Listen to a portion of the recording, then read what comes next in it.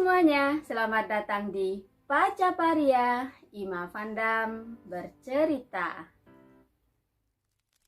You gonna break my heart. You gonna tear it apart. No matter what you do.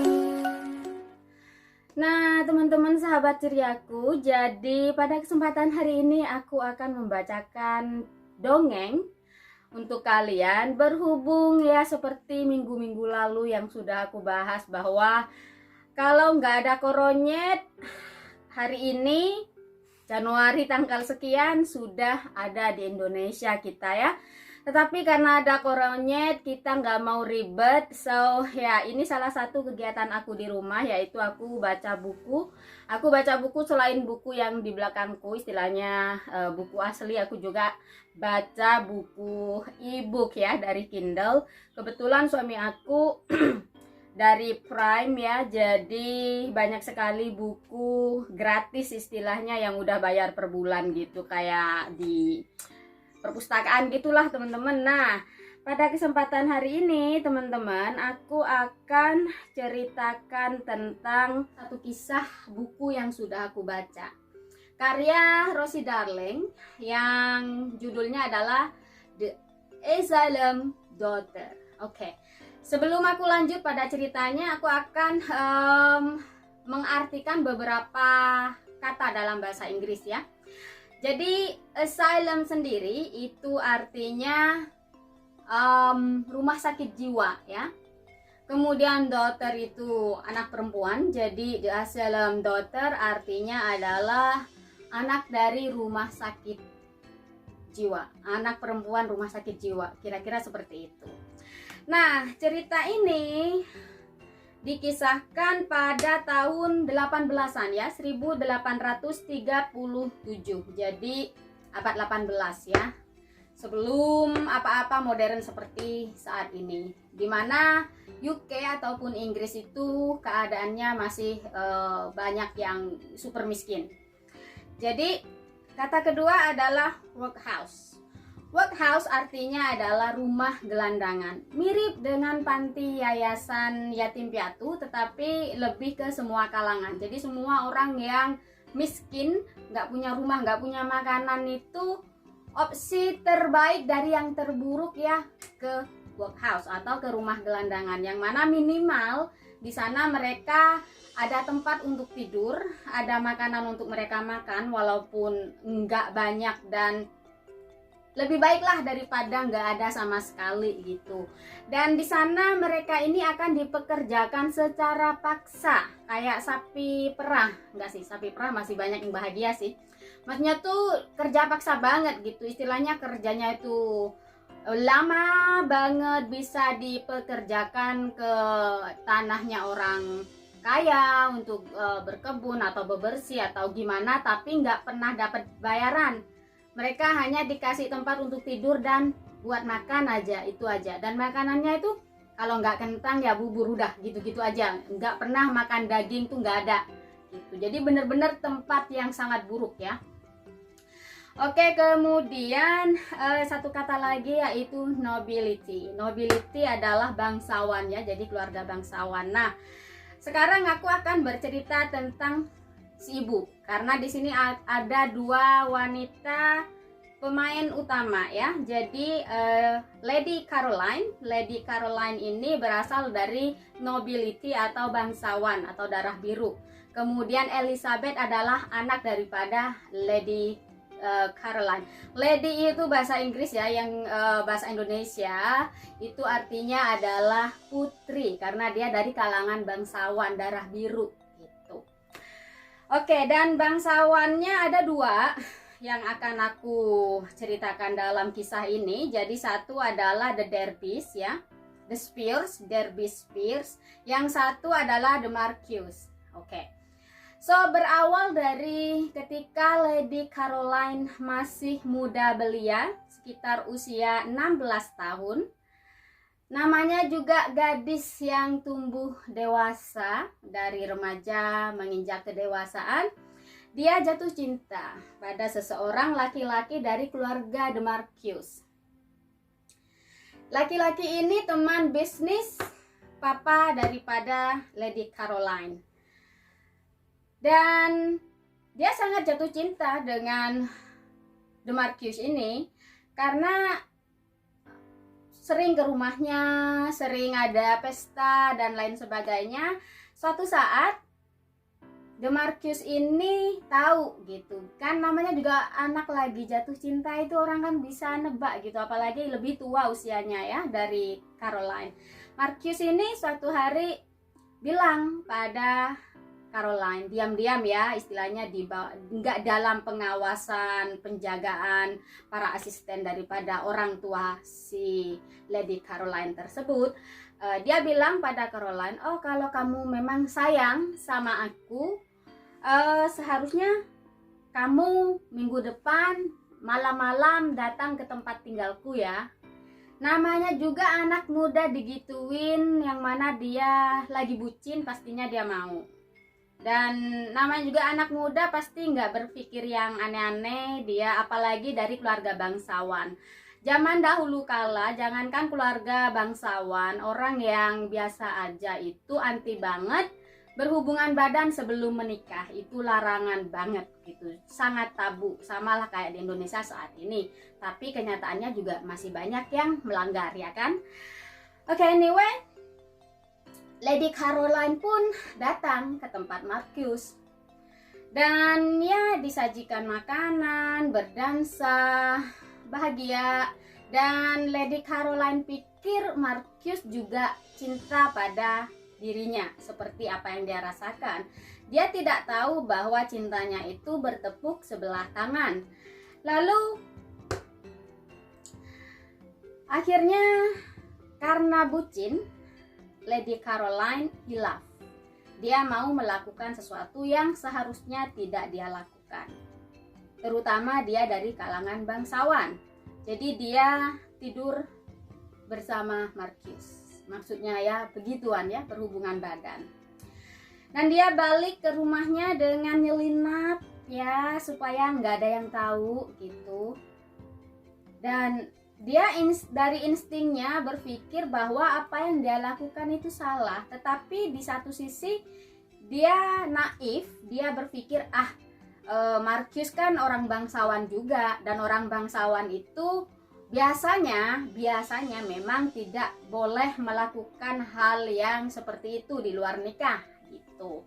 Marcus pasti deh ntar lagi pasti ngelamar aku dan aku akan dinikahinya, begitu pikir Lady Caroline. Tetapi sebulan, 2 bulan, hingga 3 bulan tidak ada kabar dari Marcus.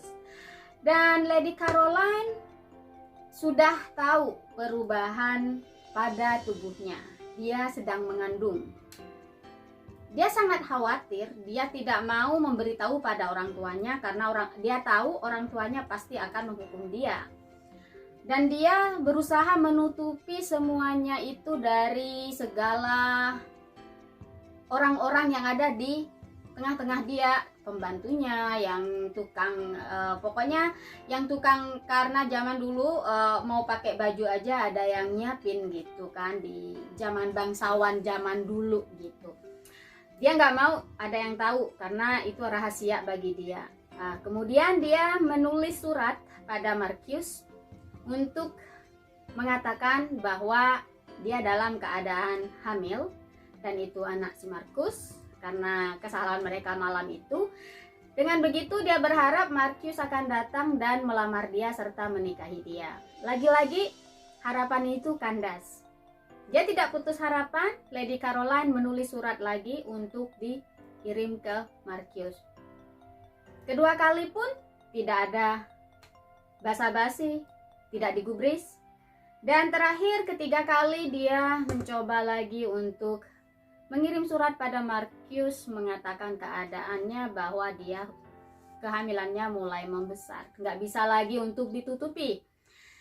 Tetapi lagi-lagi dia kecewa, tidak ada pilihan selain dia harus bercerita kepada orang tuanya. Dan dia tahu konsekuensinya, dia pasti akan dihukum. Apapun hukumannya, yang jelas dia harus mengatakan hal itu karena dia tidak mungkin lagi untuk menutupi hal itu karena perutnya makin besar. So, singkat kata, singkat cerita, suatu malam Lady Caroline menemui ayahnya di ruang perpustakaannya, yang mana Mr. Debris Pierce bersama istrinya sedang santai. Biasa zaman dulu orang bangsawan kalau santai itu di perpustakaan, baca buku, minum wine, kayak gitu. Lady Caroline mengetok pintunya. Tok, tok, tok, tok. Mr. Debris berkata, "Siapa?" "Permisi, Papa. Ini aku, Caroline. Aku ingin bicara sesuatu pada Papa." Akhirnya dia dipersilakan masuk dan papanya berkata, "Ada apa, Caroline? Kamu mengganggu saat-saat santai kami." Tanpa banyak basa-basi, walaupun dengan keadaan yang deg-degser, Lady Caroline pun menceritakan semuanya dari awal hingga dia di posisi yang saat itu dia sedang mengandung sekitar 4 bulan ya. Dan dia bilang pada papanya bahwa dia tahu dia bersalah, tetapi dia tetap ingin memiliki anaknya gitu. Akhirnya papanya marah, tetapi tidak mukul, tidak bentak, cuman langsung ya mimik mukanya itu kayak penuh kebencian, penuh kemarahan. Namanya orang bangsawan, setahu aku memang orang bangsawan zaman dulu itu nggak pernah main kasar tangan ke anaknya, tetapi main hukuman, dan hukumannya itu lebih kasar daripada sekedar dipukul. Ya, akhirnya karena perbuatan Caroline, mama daripada Caroline ini jatuh sakit, stres, mikirin apa kata orang, apa kata kerabat bangsawan mereka apabila mereka sampai tahu apa yang telah dilakukan anak bungsunya. Jadi Caroline ini anak bungsu gitu ya, dia 4 bersaudara. Kemudian si mama ini saking kepikirannya, akhirnya dia meninggal dunia gitu, dalam waktu singkat. Singkat kata, singkat cerita, Mr. Debris Pierce membawa paksa Caroline ke satu tempat. Jadi dia suruh anak kakinya atau asistennya atau bodyguardnya untuk membawa paksa si Caroline naik ke kereta, ya kereta berkuda ya kan. Dulu kan belum ada yang namanya mobil. Caroline pun bertanya-tanya, Papa, kenapa? Kenapa aku ditarik-tarik? Kenapa aku dipaksa?" Papanya tidak mau menjawab apapun, hanya berkata, "Masuk." Dah, dia tidak bisa melawan, dia pun masuk. Dan di sepanjang perjalanan mereka tidak bicara sepatah kata pun. Dalam hati, Lady Caroline bertanya-tanya, kemana aku akan dibawa pergi? Dia ingin tahu, dia ingin melihat dari jendela kereta, tetapi dihalangi oleh kaki tangan bapaknya. Maksudnya bodyguardnya ya, bukan kaki dan tangannya. Oke, sampailah mereka pada satu tempat, bangunan yang tinggi, putih, serba putih, pagar besi, dan dengan nama Bedlam Asylum, rumah sakit jiwa Bedlam. Lady Caroline pun kaget, tidak percaya apa yang dia lihat, dan dia berpikir cepatlah. Ini serius, bapak aku mau naruh aku di rumah sakit jiwa. Dia pun mulai berontak, mau lari, tapi dipegang oleh bodyguard bapaknya. Bapaknya bawa 2 orang bodyguard ya, laki-laki yang kekar kuat gitu. Papa, aku tidak gila dan kamu tahu itu. Kenapa aku ditaruh di sini? Kenapa aku dibawa ke rumah sakit jiwa? Si papa pun berkata, ini satu-satunya jalan untuk menutupi aib keluarga supaya nggak ada orang yang tahu apa yang terjadi. Kalaupun ada orang yang tahu, mereka akan berpikir bahwa kamu sedang mengalami sakit jiwa, sehingga kamu melakukan hal yang tidak seharusnya kamu lakukan. Tapi papa, aku nggak mau masuk, aku nggak gila papa, pastinya ada jalan lain selain ini. Papanya pun lanjut menjawab, no, tidak ada jalan lain, ini satu-satunya. Langsung yang namanya Lady Caroline dibawa paksa masuk ke dalam, dan ya papanya pergi sama bodyguardnya. Lady Caroline taruh di rumah sakit jiwa, yang mana pastinya money talk ya, uang berkuasa. Jadi papanya Lady Caroline ini kan bangsawan darah biru super tajir melintir, tir. Dia bayar sekian banyak duit untuk mereka yang di rumah sakit jiwa mau memperlakukan Caroline ini seperti dia adalah orang yang sakit jiwa. Dan ya super trouble double lah, mahal banget lah bayarnya gitu. Jadi namanya juga manusia ya, ada yang korupsi juga. Dari zaman dahulu kala memang kan ada yang namanya korupsi, cuman beda level aja. So hari-hari Lady Caroline lalui dalam penjara rumah sakit jiwa dengan derita fisik yang luar biasa. Setiap hari dia dipukul, dia dikum-kum atau direndam dalam air es yang super adem, dikasih minuman kayak castor oil atau minyak castor yang bikin dia muntah, sehingga pokoknya tersiksa lah ya ceritanya.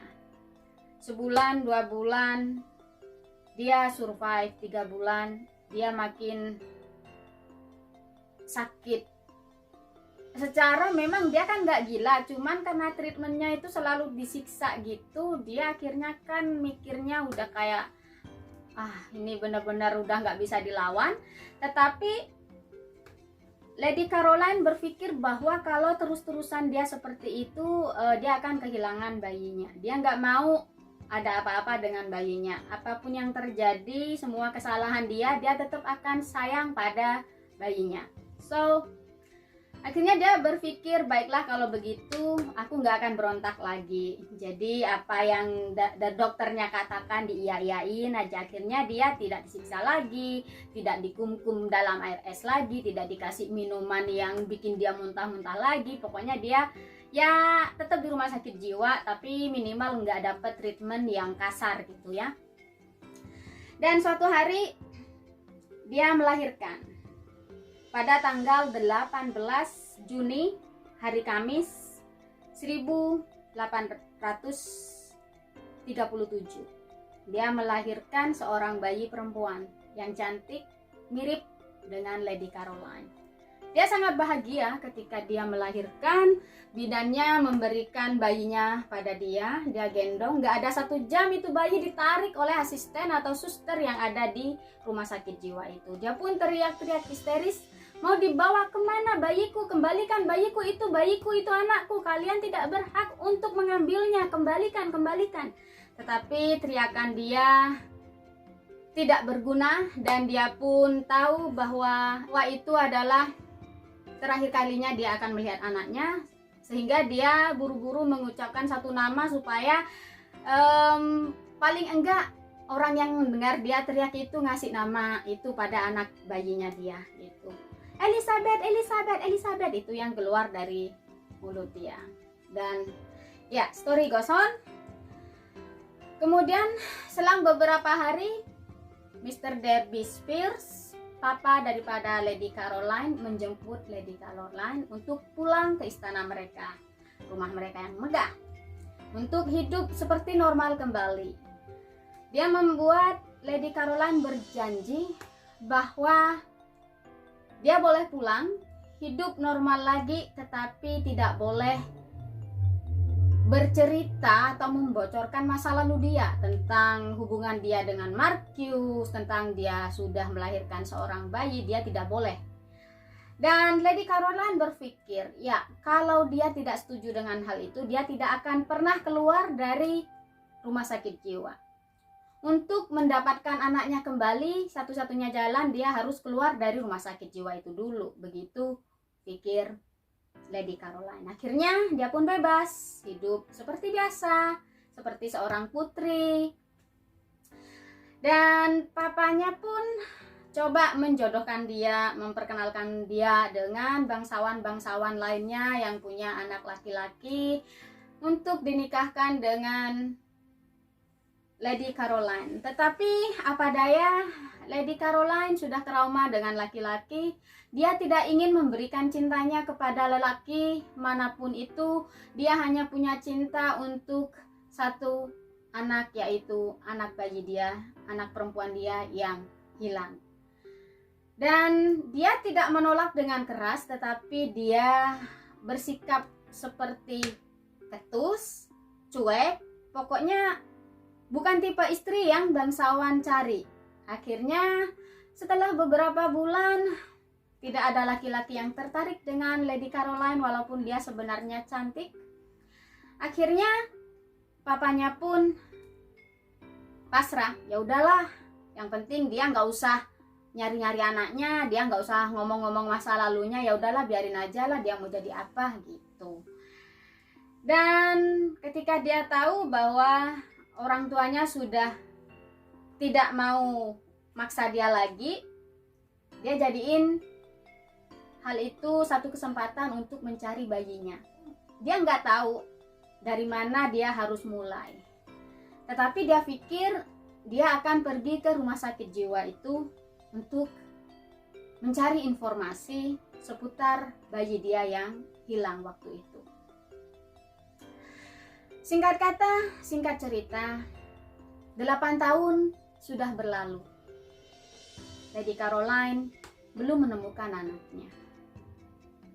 Setiap hari dia pergi ke rumah sakit jiwa di mana dia melahirkan, dan tak ada satupun yang tahu kemana bayinya.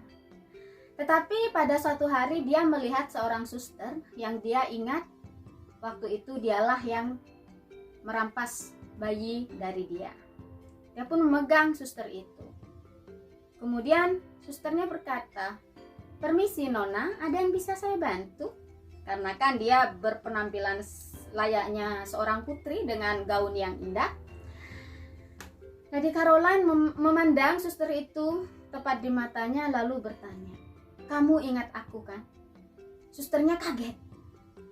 Dia berkata, "Maafkan saya Nona, saya tidak tahu menahu tentang apapun itu. Saya hanya menjalankan tugas saya dan saya bersedih, saya berduka atas kehilangan Anda." Tetapi Lady Caroline gak mau give up, gak mau ngebiarin dia pergi, tetap megang tangannya gitu. "Please," gitu kan, "tolong, anak aku dibawa kemana? Tolong, paling enggak, tolong deh kamu ngomong ke aku. Aku gak bakalan ngomong sama siapa-siapa bahwa kamu yang membocorkan rahasia ini." Lalu susternya berkata, "Tapi Nona, aku benar-benar nggak tahu. Yang aku lakukan, aku hanya mengambil bayimu lalu aku berikan pada tukang kebun. Dan tukang kebunlah yang ngurus setelah itu dan aku nggak tahu apa yang terjadi setelah itu." Lalu Lady Caroline bertanya, "Lalu di mana tukang kebunnya sekarang? Aku mau nemuin dia." Si suster bilang, "Maaf Nona, tukang kebunnya sudah meninggal 6 bulan yang lalu." So, kandaslah semua harapan yang selama ini Lady Caroline simpan dalam hatinya. Setiap hari dia memikirkan bayinya yang hilang. Dia tidak pernah putus asa, dia selalu berusaha untuk mencari.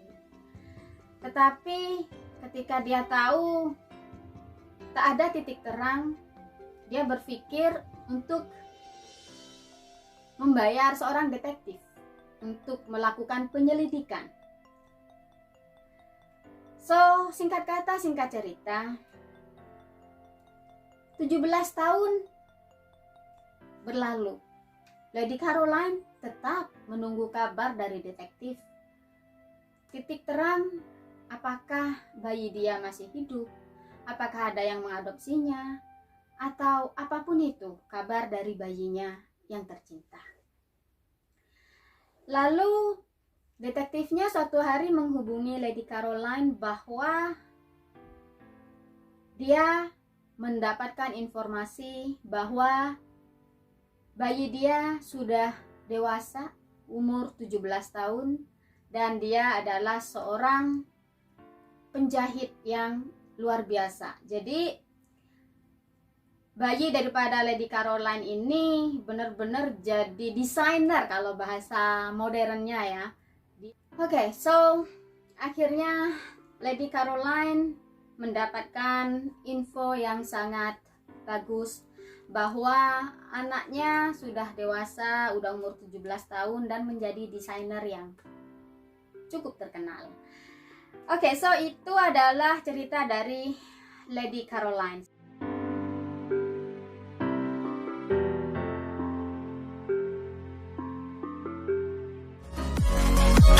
Whenever